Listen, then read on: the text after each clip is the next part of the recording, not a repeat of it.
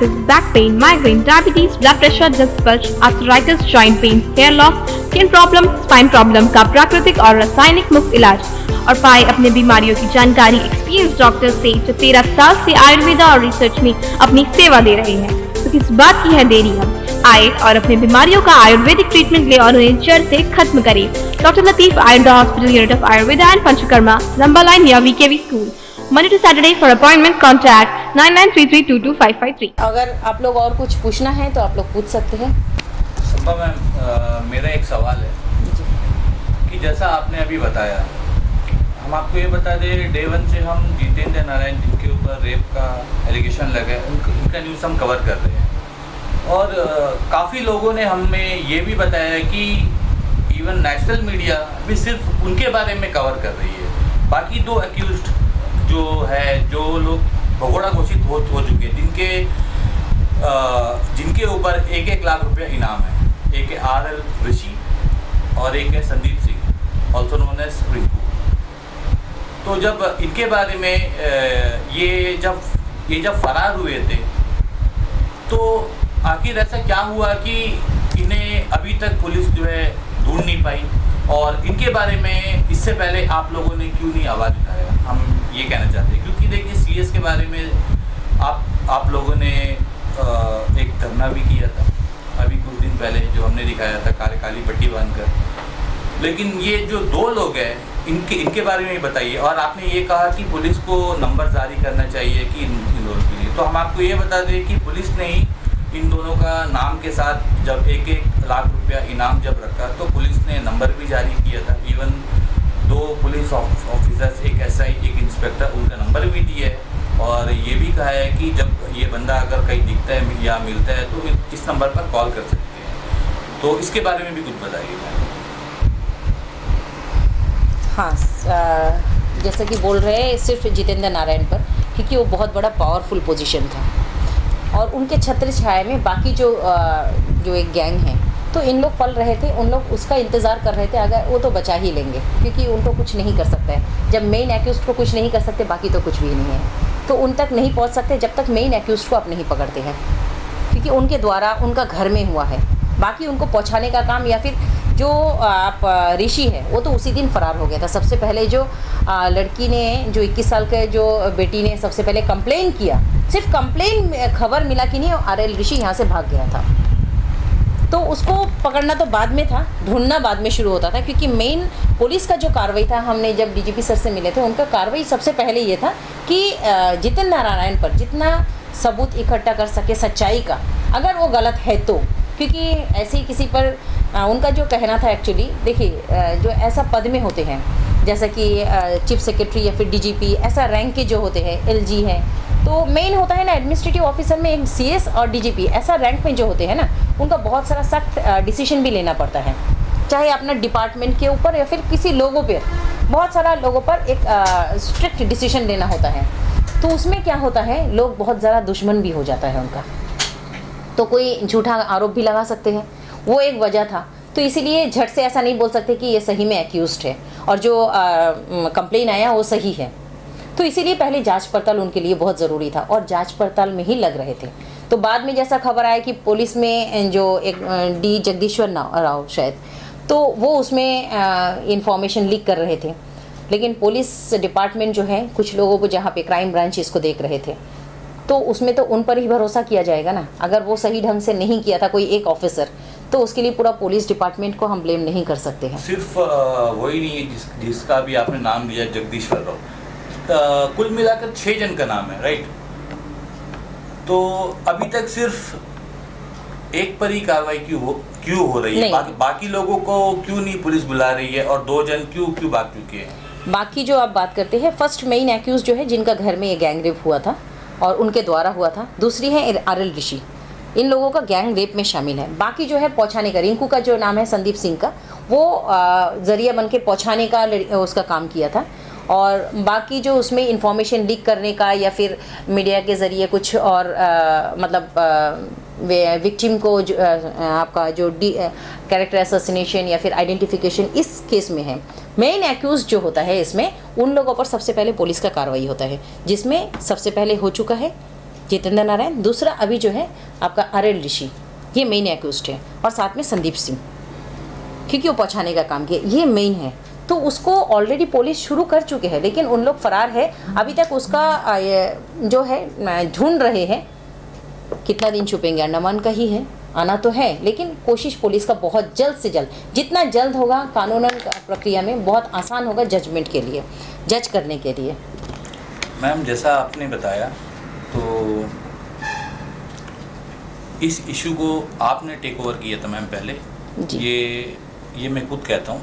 और उसके बाद मैं आपको बता दूं कि कांग्रेस के तरफ से भी, कांग्रेस के जो प्रेसिडेंट है रंगालाल हलदार, कैंपेनिंग कमेटी के चेयरमैन जो है भास्कर जी, और वहाँ से महिला मोर्चा के तरफ से बिंदु जी, और NSUI के तरफ से साजिद जी और जुबैर जी, इन लोगों ने पहले, साजिद जी ने JNRM के बच्चों को लेकर JNRM के सामने ही जितेंद्र नारायण के ऊपर जो भी एलिगेशन लगा था उसको लेके वहाँ पर एक प्रेस कॉन्फ्रेंस किया था।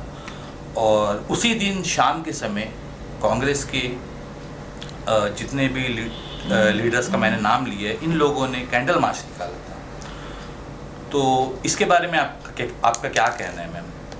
नहीं रोहित जी, बिल्कुल हम डिनाई नहीं करते, और हमने सॉरी मैम, लेकिन हम आपको ये बता दें, इन सब लोगों ने किया है, मतलब इन सब लीडरों ने किया है, लेकिन इसमें कहीं भी कुलदीप राय शर्मा जी जो हमारे MP है, देखिए उन्हें हम ही लोगों ने वोट देकर उन्हें जिताया है।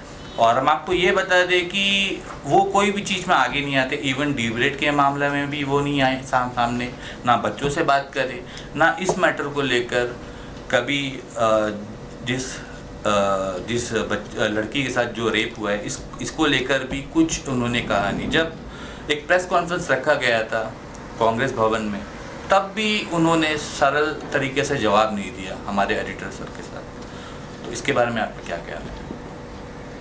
हाँ बिल्कुल आप सही बोले, सिर्फ हम ये नहीं बोलते कि हम आवाज़ उठाएं, हम तो चाहते हैं सभी, और हमसे भी पहले बिंदु जी ने सबसे पहले वहाँ पे वो भी किए थे, लेकिन उनका कहना जो था बेटी बचाओ बेटी पढ़ाओ मोदी जी का वजह से, मतलब उनका मुद्दा से वो भटक के बात किए, जो हमारा, देखिए हम राजनीति इसमें नहीं किए थे, क्योंकि उन लोग राजनीति करने का कोशिश किए, जो हम लोगों ने बिल्कुल राजनीति नहीं किए। हम एक बार भी आप देखेंगे कहीं भी हमारे प्रदेश अध्यक्ष सबसे पहले जो प्रेस कॉन्फ्रेंस, आपने ये बात सही बोले, पार्टी की ओर से हम लोगों ने किया, क्योंकि हमारे साथ में हमारे प्रदेश अध्यक्ष खुद बैठे थे। आप कीजिए, क्योंकि ये महिला का मुद्दा है, महिला मोर्चा, और हमारे संगठन में आप देखेंगे जब प्रदेश का कोई बात होता है तो प्रदेश अध्यक्ष टेकअप करते हैं, महिला का मुद्दा है तो महिला करते हैं, स्टूडेंट का बात है हमारे ABVP करते हैं। तो हम एक दूसरे पर ओवरटेक नहीं करते हैं, और एक दूसरे को साथ में हम लोग मिल के काम करते हैं, लेकिन मुद्दा जिसका है वो उसमें काम करना ज़रूरी है, ये हम लेके काम करते हैं। और साथ में आप देखेंगे, इसीलिए हम बोल रहे हैं, जैसा संसद ने बोले, संसद किसी बीच में नहीं दिखाई दिया, जैसा उनका जवाब था कि उन लोग कांग्रेस पार्टी एक ही है बोल रहे थे, तो उनका मुद्दा है, लेकिन एक इलेक्टेड रिप्रेजेंटेटिव होने के नाते उनका फ़र्ज़ था और वो सामने आना चाहिए था, क्योंकि लोग देख रहे थे, लोग उसको उम्मीद करके वोट किए। अगर बोल रहे थे ना कि कितना वोट मिला, कितना वोट से जीता, आप ये सेंटेंस नहीं बोल सकते। जो हार भी जाते हैं ना, वो जितना वोट मिले, थोड़ा भी अगर वोट मिलते उनको थैंक यू करते हैं, क्योंकि आपने मुझे वोट किया, इतना सारा, इतना समर्थन मुझे दिया, उसके लिए थैंक यू होता है। आपने जिताने का बाद भी अगर बोल रहे कितना वोट दिए, तो आपको तो वोट दे के यहाँ तक लाए कि आप उसके बाद उसके लिए करें। और सही बात है, आप कोविड काल से अगर देखेंगे बिल्कुल दिखाई नहीं दिया था। कोविड का तो जैसा आप कह रहे थे, क्वारंटाइन ज़्यादा समय थे, क्या हम लोग, हमें डर नहीं था, हम महिला होके, हम लोग महिला मोर्चा जिस तरह से मार्च 24 मार्च अंडमान में मार्च 19 को लॉकडाउन हुआ था, और उसके बाद आप देखेंगे एक हफ्ता का अंदर हमारा राशन पैकिंग का जिम्मेदारी महिलाओं को दिया गया था। आप सोचिए, कोई व्हीकल नहीं थे, सबसे पहले एकदम लॉकडाउन जो अंडमान में इतना सख्त था, बहुत स्ट्रॉन्ग था। तो उस समय हम लोगों ने जिस तरह से, महिलाओं ने हम लोग मिलकर राशन पैकिंग का काम किए, जिस तरह से बहुत मुश्किल से एक व्हीकल से सबको लोड लेके कैसे लेके आते थे, फिर शाम को 5 बजे तक हम लोग घर जाते थे। क्या हमें डर नहीं लगता था कोविड का? हमारे घर में बच्चे नहीं थे, हम रात तक डिस्ट्रीब्यूट भी करते थे राशन। उसके बाद रात को 10 बजे हम घर जाते थे, हम रात को उसके बाद नहा के अपना किचन में जाते थे, क्योंकि हमारा घर में वायरस ना फैले। उस समय कोविड को लेके बहुत डर था, और एक MP होने के नाते बहुत दुख की बात है कि उस समय कहीं नहीं दिखाई दिए, क्वारंटाइन बोल के आप नहीं छुप सकते, क्योंकि हमारे स्टेट प्रेसिडेंट जो है 21 तारीख को मार्च को दिल्ली से पोर्ट ब्लेयर आए थे और लॉकडाउन हमें 19 तारीख को हुआ था। हम आपको बताएं 19 तारीख को लॉकडाउन होने का साथ साथ सबसे पहले पेट्रोल पंप में आप देखे होंगे बहुत भीड़ थी और सभी व्हीकल तक का बंद कर दिया गया था, सभी एकदम टोटली दुकान वगैरह सब बंद कर दिए थे। तो लोग एकदम किसी का घर में राशन दूध बच्चों का कुछ भी नहीं था, सड़े दूध वाले को आने बंद कर दिए थे। तो इमीडिएट कुछ मीडिया से भी मेरा बात हुई थी, बहुत लोगों से मेरी बात हो रही थी उस समय कि एक कंट्रोल रूम होना चाहिए। तो हमने इमीडिएट हम वेट कर रहे थे क्योंकि मैं डायरेक्ट नहीं कर सकती। हमारे प्रदेश अध्यक्ष 21 मार्च को जैसे ही पहुँचे, सोचिए दिल्ली से आए, कोविड बहुत ज़्यादा उस समय था, लेकिन हम नहीं सोचे मेरा घर में बच्चे हैं, उसका बावजूद हम इमीडिएट प्रदेश अध्यक्ष को कॉल करके बोले दादा एक कंट्रोल रूम होना चाहिए, डीसी से बात होना है। ठीक है दीदी आप आइए, शाम को हम लोग चलते। उनका गाड़ी, हम लोग गाड़ी में गए, उनके साथ में एक साथ चेंबर में तो बैठे थे, तो उनके साथ में बैठने का मुझे भी डर लग रहा था कि कोविड का एरिया से आए हैं, लेकिन फिर भी हम रिस्क लगे क्योंकि लोगों के लिए करना है, हमें लोगों के लिए बहुत मुश्किल है इस समय। तब अभिषेक देव थे, तो वो बहुत अच्छा से हमारी बात सुने कि सारा जो कंट्रोल रूम आप देखेंगे उसका 2 दिन के अंदर शायद 23 मार्च को सारा कंट्रोल रूम का पूरी तरह से इंचार्ज के साथ ऑफिसर्स का, IAS ऑफिसर्स का नाम आया था, जो हम बोलने पर और इमीडिएट अभिषेक देव जी उस समय बोले हमारा नंबर भी आप लोग सब रख लीजिए, जहाँ भी ज़रूरत हुआ। बहुत मदद उस समय अभिषेक देव जी किए थे, क्योंकि बहुत सारा इश्यूज़ उस समय हुआ था जहाँ में हमारे सांसद जी नहीं दिखाई दिया, हमारे जो अंडमान के संसद, एकमात्र संसद। और दूसरी बात, उनका एक बात हम रोहित जी बोलना चाहेंगे, उस दिन जैसा बोल रहे थे हमने किया है ना, आप लोगों ने जब प्रश्न पूछ रहे थे कुछ काम नहीं होता है दिल्ली में, आपसे पूछने नहीं, इतना जल्दी OFC कैसा आया, आज तक नहीं आया।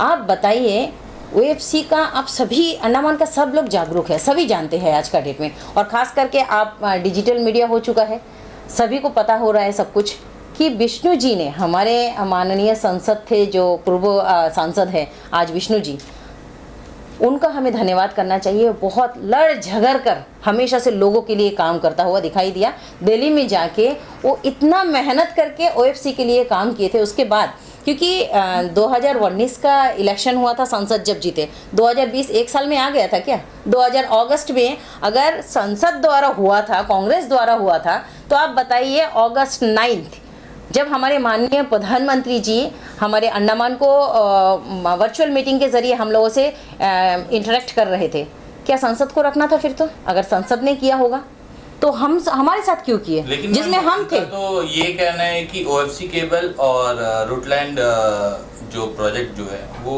ये काम सिर्फ मतलब MP सर नहीं किए। रटलैंड प्रोजेक्ट आप देखिए बहुत पुराना है, बहुत पुराना है।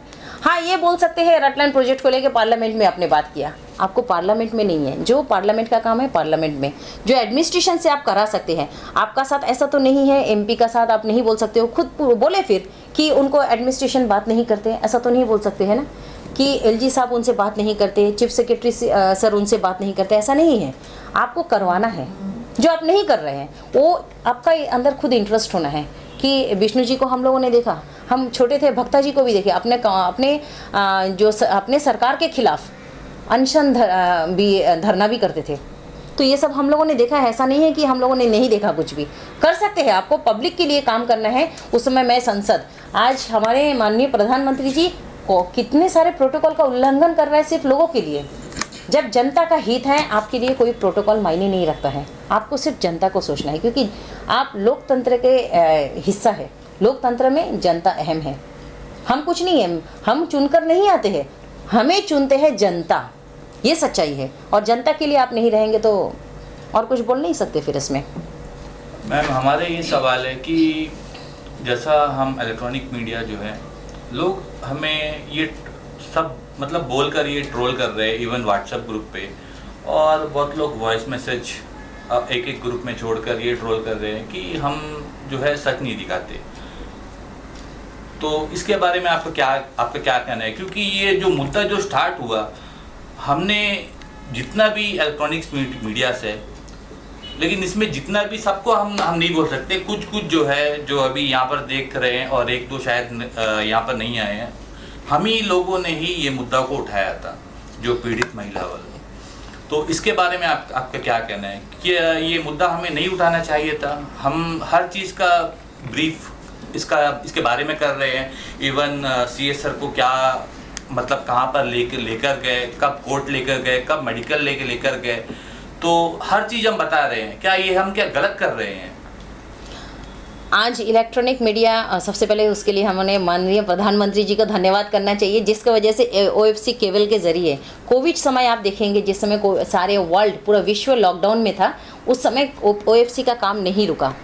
ये हमारे प्रधानमंत्री जी का ही देन था कि अंडमान में जल्द से जल्द नेटवर्क से जोड़ा जाए, क्योंकि उस समय जैसे ही लॉकडाउन हुआ, हमारे इतना दूरदर्शी था हमारे प्रधानमंत्री जी का, आप देखिए कि उनको उसी समय समझ आया था ये बहुत दिन तक चलेगी, ये जो वायरस है इतना आसानी से नहीं जाने वाला, और लोगों को कैसे पढ़ाई से सब चीज़ों से दूर कैसा कर सकते हैं, नहीं कर सकते। इमीडिएट जहाँ जहाँ दूर दराज इलाके में आपका नेटवर्किंग नहीं था, वहाँ पे नेटवर्क पहुँचाने के लिए काम किया है, कोविड काल में भी नहीं रोका, और उसी का देन है आज OFC केबल का वजह से ही आज आप डिजिटल मीडिया के ज़रिए लोगों को सच्चाई पहुंचा पा रहे हैं। और डिजिटल मीडिया के बारे में हम एक बात बताएंगे। आज देखिए सामने हम जो बोलना चाहते हैं, मेरा एक्सप्रेशन आपका सामने है, लोग उसी को देख पा रहे हैं, मेरा मन में क्या बात है वो सामने आता है, क्योंकि हम ज़्यादा देर तक बात करते हुए छुपा नहीं पाते हैं, सच्चाई हमारी सामने आती है।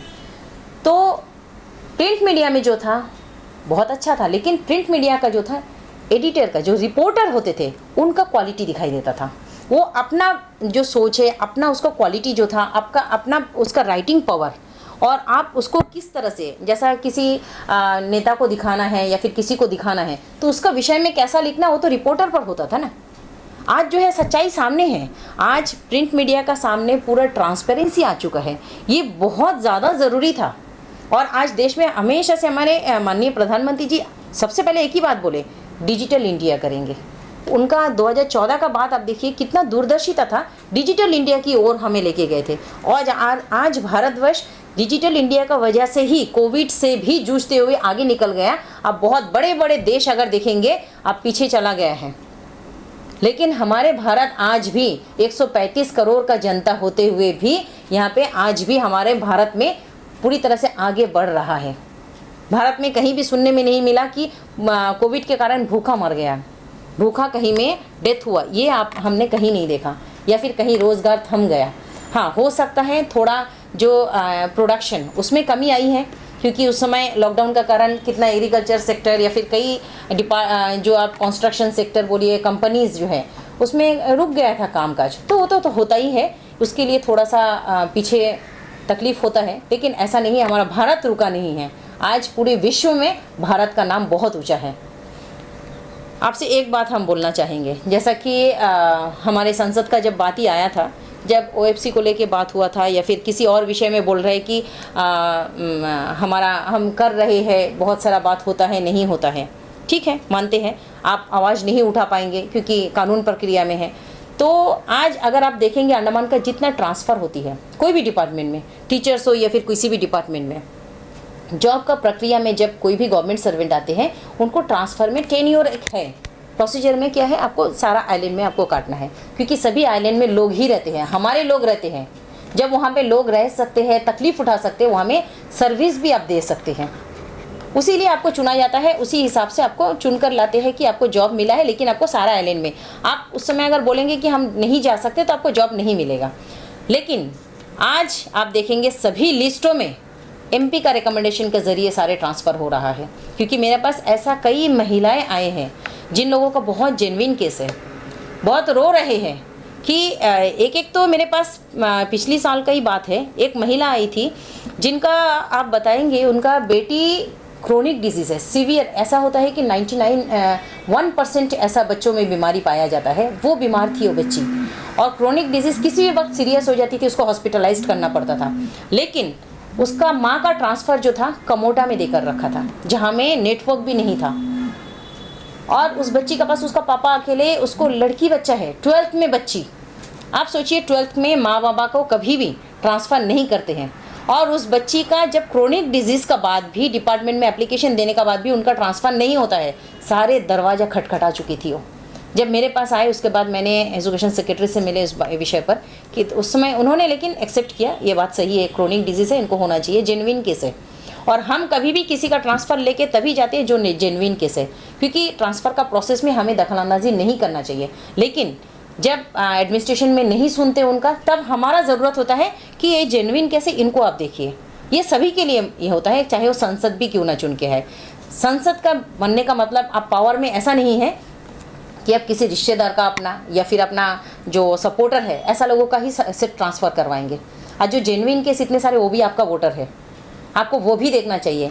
आप अगर देखेंगे टीचर्स का ट्रांसफ़र लिस्ट में हम बताते हैं, पिछला साल में उनका बहुत रिश्तेदार में आते हैं, उनका ट्रांसफ़र आपका GDMS से बॉयज़ मायाबंदर हुआ था।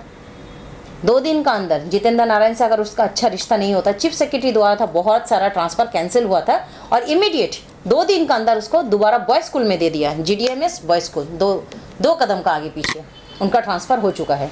उसका बाद इस साल दोबारा उनका ककाना में ट्रांसफ़र हुआ, फिर से दोबारा उसका ट्रांसफ़र रुक कर मॉडल स्कूल में दे दिया गया। तो यानी कि MP का पावर तो है, तो ये पीड़िता के लिए क्यों नहीं आवाज़ उठा सके। किसी JE का ट्रांसफ़र आप देखेंगे, इलेक्ट्रिसिटी डिपार्टमेंट में कई ऑयल मैन है, बहुत सारे लोग हैं, छोटे बच्चों को देख कर गए और उसका आज तक उनका चेहरा नहीं देखे। कोविड काल में आ भी नहीं पाए, माँ बूढ़ी हो चुकी है, बहुत बीमार है, 2 बच्चे को चेहरा नहीं देखे, बच्चे बड़े हो गए, उसका वाइफ अकेली संभाल नहीं पा रही है, लेकिन उनका ट्रांसफ़र नहीं, कई वर्ष हो गए। क्या बोल रहे हैं कि रिलीवर नहीं जा रहा है वहाँ पे कोई, लेकिन उनका ही रिश्तेदार किसी JE का जब कचाल का मोटा में ट्रांसफ़र होता है, यहीं में बैटरी सैलरी ड्रॉ करते हैं, उसके बाद दोबारा पावर हाउस में रिटेन हो जाता है। तो ये तो कर सकते हैं आप, तो फिर लोगों के लिए जब क्यों बहाना आता है कि आप विपक्ष में हैं, लोगों आपका कोई नहीं सुनता है, ये बिल्कुल गलत बात है। सभी काम हो रहा है, आप अगर चाहे तो कर सकते हैं, विपक्ष का बहाना नहीं चलता है।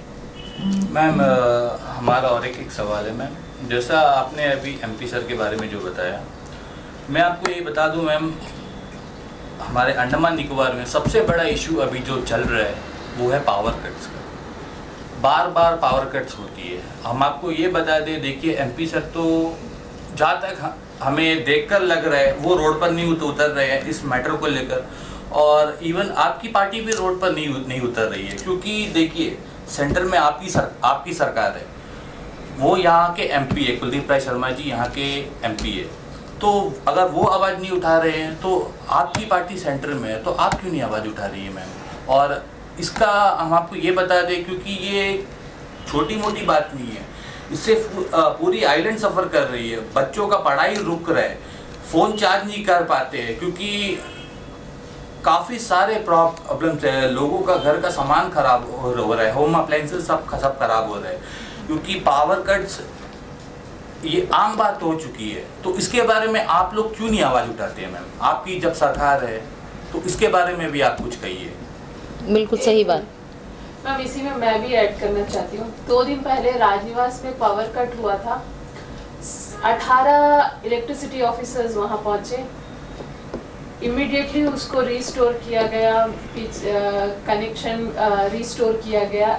तो राजनिवास में हो तो इमीडिएटली होना चाहिए। आम पब्लिक, अब मेरे घर पे मैं बोलूँ, हमारा 60 इंच का टीवी खराब हो चुका है करंट फ्लक्चुएशन की वजह से, हमारा AC खराब हो चुका है, मेरा माइक्रो ओवन खराब हो चुका है। तो ये सारी चीज़ें पावर फ्लक्चुएशन की वजह से और इलेक्ट्रिसिटी इशू के वजह से ही हुआ है। तो आम पब्लिक क्यों सफ़र करे। और इवन अगर हम पावर हाउस में कॉल करते हैं तो वो लोग कॉल रिसीव नहीं करते, सही से रिस्पॉन्स नहीं करते, अगर बात भी करते हैं तो सही से हमें जवाब नहीं देते हैं। तो आखिर ऐसा क्यों हो रहा है, क्योंकि देखिए यहाँ पर तो मोदी सरकार नहीं है, बट सेंटर में तो मोदी जी की सरकार है, तो इसका जवाब तो मैम आपको देना सारे जगह से मैसेजेस आ रहे हैं, बिल्कुल, क्योंकि ये सवाल जनता का है मैम। बिल्कुल सही बात है, क्योंकि ये हम लोग खुद सफ़र कर रहे हैं, क्योंकि हमारा घर में भी ऐसा नहीं है कि हम VIP ट्रीटमेंट में रहते हैं। हमारा बेटी भी बोर्ड एग्ज़ाम लिख रही है, बहुत तकलीफ़ें हो रही है, होल नाइट करंट नहीं रहती है, बच्चे रात को बैठ के पढ़ते हैं। लेकिन जैसा कि मैंने पहले भी बोला, मैं महिलाओं के मुद्दे पर, क्योंकि महिला मोर्चा अध्यक्ष होने के नाते महिलाओं के मुद्दे पर मुझे किसी से बोलने की ज़रूरत नहीं, मैं खुद आवाज़ उठाती हूँ। महिलाओं का सुरक्षा के हेतु जहाँ ज़रूरत होता है। लेकिन ये जनरल मुद्दा है, मैं हमारे प्रदेश अध्यक्ष से ज़रूर बात करेंगे, इसको लेके आगे हमें बढ़ना है, ज़रूर ये सॉल्व होना बहुत ज़रूरी है। हमारे पार्टी इसके लिए पूरी तरह से तैयार रहेंगे, आपको हम आश्वासन देते हैं इसके लिए। हमारे पार्टी का तरफ से ये बात लेके हम आगे बढ़ेंगे। हम प्रदेश अध्यक्ष से जल्द हम बात कर लेते हैं। दूसरी बात, हम जैसा इसीलिए हम बोल रहे हैं क्योंकि बहुत सारा मैसेजेस आती है, जैसा आपका जो कभी भी आपका जो भी मीडिया के ज़रिए आते हैं उसके नीचे भी बहुत सारा हमने देखा है कि डीप ब्रेड इशू पर आप लोगों ने क्यों आवाज़ उठाते नहीं हैं। मुझे भी उसमें ट्रोल किया गया है कई बार, तो मैं इसीलिए बोल रही हूँ क्योंकि मैं ये महिला मोर्चा अध्यक्ष हूँ, मेरा महिलाओं के दायरे है। हमारे संगठन में जैसा कि हमने बताया सबका अलग अलग काम बांटा हुआ है और वही काम हम लोग करते हैं, एक दूसरे का सम्मान करते हुए, एक दूसरे का साथ होते हैं, लेकिन काम उनको टेकअप करना पड़ता है। डीप ब्रेड मुद्दे में भी इसीलिए हमारे प्रदेश अध्यक्ष द्वारा होता है, हम नहीं उसमें डायरेक्टली जा सकते हैं। हाँ, हम साथ रहते हैं, जो भी ज़रूरत है। इवन जैसा वो रज़िया जी उस दिन जैसा फ़ोन किए थे, इमीडिएट कुछ यहाँ में फ़ीमेल चाइल्ड भी है, हॉस्पिटलाइज्ड हो चुके, इमीडिएट मैंने उसी समय 10 मिनट 15 मिनट के अंदर जब पहुँची तो कुछ बच्चे जो बेहोश हो रहे थे उस समय मैंने खुद गोद में उठा के उनको कैजुअलिटी में भी हम एडमिट किए हैं। जहाँ में मेरा जो दायरा है मैं उस जगह में मैं ज़रूर काम करती हूँ, लेकिन सबका अलग अलग है। इस विषय में भी मैं पावर कट लेके हम बात करेंगे और ज़रूर हमारा पार्टी इसको लेके आगे काम करेंगे। मैम एक आखिरी सवाल जी, जैसा अभी आपने डिबरेट के इशू को उठाया, तो मैं आपको ये बता दूं मैम, जब बच्चों को डिटेन करके ले जा रहे थे, बच्चों के साथ जब उनके ऊपर वाटर कैनन जब उनके ऊपर छोड़ा गया, टीयर गैस छोड़ा गया, और उसके कुछ देर पहले ही हमें ये चीज़ बच्चों ने ही बताया है, क्योंकि हम जब वहाँ पर पहुँचे तो बच्चों ने हमसे कहा कि आप ही के पार्टी वाले कुछ लोग वहाँ पर आए थे और बच्चों से बात करके गए। और उसके हम आपको ये बता दें कि वहाँ पर बच्चों के साथ उस वक्त NSUI के प्रेसिडेंट थे, बिंदु जी थी, और वहाँ पर आपकी पार्टी के कुछ लोग आए, बात करके गए। देन थोड़ी देर बाद जो है, क्योंकि सवेरे से बच्चे रोड ब्लॉक करके बैठे थे, देखिए वो तो गलत है क्योंकि वहाँ पर लोगों का आवाजाही वहाँ पर रुक गई थी, लेकिन बच्चों का करियर भी ख़राब हो रहा है मैम। और अब हम आपको ये बता दें कि जब बच्चों के साथ ये हादसा हुआ तब आप लोग कहाँ पर थे? हम आपको रहीत जी बता दिए, उस दिन रज़िया जी हमारे साथ थे क्योंकि हमारे फरारगंज में एक बहुत बड़ा प्रोग्राम था डिसेबल सेंटर में, बहुत प्री प्लान था और हमें बिल्कुल खबर ही नहीं थी कि NSUI या फिर कांग्रेस का उन लोग साथ मिलके ये जो धरना में थे उस दिन, क्योंकि बच्चों का साथ में उन्हीं लोग थे उस दिन, हमें आइडिया नहीं था। पहले ABVP बच्चों के साथ जो है सपोर्ट कर रही थी, लेकिन उस दिन ABVP वहाँ पर दिखाई नहीं थी। उन लोगों को भी नॉलेज नहीं था, क्योंकि मैंने इस विषय पे बात किया ABVP से, क्योंकि उनको भी नॉलेज नहीं था। ये NSUI और कांग्रेस का कुछ महिलाएं थे, उन लोगों ने ये बच्चों के साथ जाके बैठे। तो हम लोग जब वापस आ रहे थे, शायद दोपहर को 1-1:30-2 बज गया था, तो उस समय जब वापस आ रहे थे तब देखे यहाँ पे रोड पूरी तरह से ब्लॉक है। हम पैदल चल के अपना घर तक पहुँचे। उसके बाद क्योंकि वहाँ पे हम देखे कांग्रेस का भी सब लोग थे, तो राजनीति देखिए हर कहीं भी, रोहित जी मुझे देखेंगे कहीं भी हम राजनीति करना पसंद नहीं करते ये सब मुद्दे पे। वो दिन तो शायद राजनीति नहीं थी मैम, वो लोग तो बच्चों के सपोर्ट के लिए ही आए। तो हम इसीलिए राजनीति उस लोग करने दीजिए, हम तो मना नहीं किए। कोई भी देखिए, कोई सपोर्ट करे, हम हमेशा से क्या बोलते हैं, जब बच्चों का मुद्दा हो, महिला का मुद्दा हो, कोई भी पार्टी सपोर्ट करे, हम उसका अपोजिशन नहीं करते हैं। लेकिन वहाँ में जाके हम लोग, अगर हम लोग सोचिए आपस में सामने जाए राजनीति, वो राजनीति नहीं करें। आज ABVP कर रहे, कल NSU के, कोई भी करे, हमें सॉल्यूशन चाहिए, कोई भी करे, हमें कोई प्रॉब्लम नहीं है। और हमने उस पर कोई कमेंट्स भी नहीं किया। और जो बोल रहे कि हमारे पार्टी का कुछ लोग आए थे, बिल्कुल हम भी सुने हैं, शाम का टाइम में गए थे, लेकिन उसके बाद उन लोग जाके प्रेसिडेंट का घर में बैठ के लेटर ड्राफ्टिंग कर रहे थे। उन लोग किसी भी तरह, उन लोग पुलिस को क्यों भेजेंगे? नहीं, ऐसा तो किसी ने नहीं कहा। हाँ, ये नहीं, ये राजनीतिकरण का वजह से आप देखिए, कांग्रेस पार्टी की ओर से ये बात आए, 2 BJP का नेता लोग आए थे, उसके बाद पुलिस आया। देखिए, पुलिस उसका बाद आया क्योंकि शायद शाम हो गई थी, उसको उनको हटाने के लिए, क्योंकि रात भर किसी बच्ची लोग को, लड़की बच्चे भी साथ में थे, शायद बैठने नहीं देने। ये तो हम भी समझते हैं कि बैठने नहीं देंगे। मैंने खुद रज़िया जी को फ़ोन किए थे, रज़िया जी मेरा ख्याल से बच्चों को वहाँ से हटा रहे हैं, आप थोड़ा सा जाके देखिए कि क्या हाल है, क्योंकि हम डायरेक्टली पहुंचना, राजनीति, ये सब चीज़ हम नहीं चाहते थे कि राजनीतिक मंच बनाए वहाँ पे, हम वो नहीं चाहते थे। क्योंकि कांग्रेस टेकअप कर रहे हैं तो कोई बात नहीं है, करे। और हमें नहीं पता था क्या हो रहा है, क्योंकि हम लोग पहुँचे ही दोपहर का बाद, और लोड शेडिंग, शाम से बहुत लोड शेडिंग थी उस दिन। तो उसके बाद जब हमें पता चला, इमीडिएट हम हॉस्पिटल पहुँचे, क्योंकि ये नहीं पता था कि इस तरीक़े से उठाएंगे।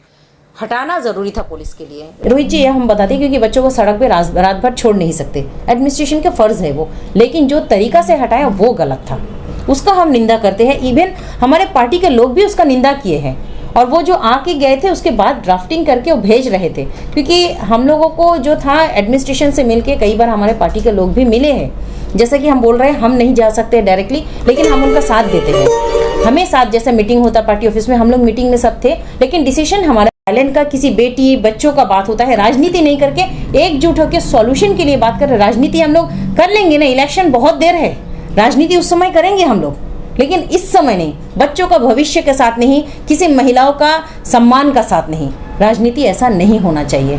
बहुत बहुत धन्यवाद आप सभी का। अंडमान से जुड़ी सभी छोटी बड़ी खबरें देखने के लिए हमारे अपने न्यूज़ आज तक यूट्यूब चैनल को सब्सक्राइब करें और बेल आइकॉन प्रेस करना ना भूलें। हमारा अपना न्यूज़ आज तक, अब सच देखेगा अंडमान।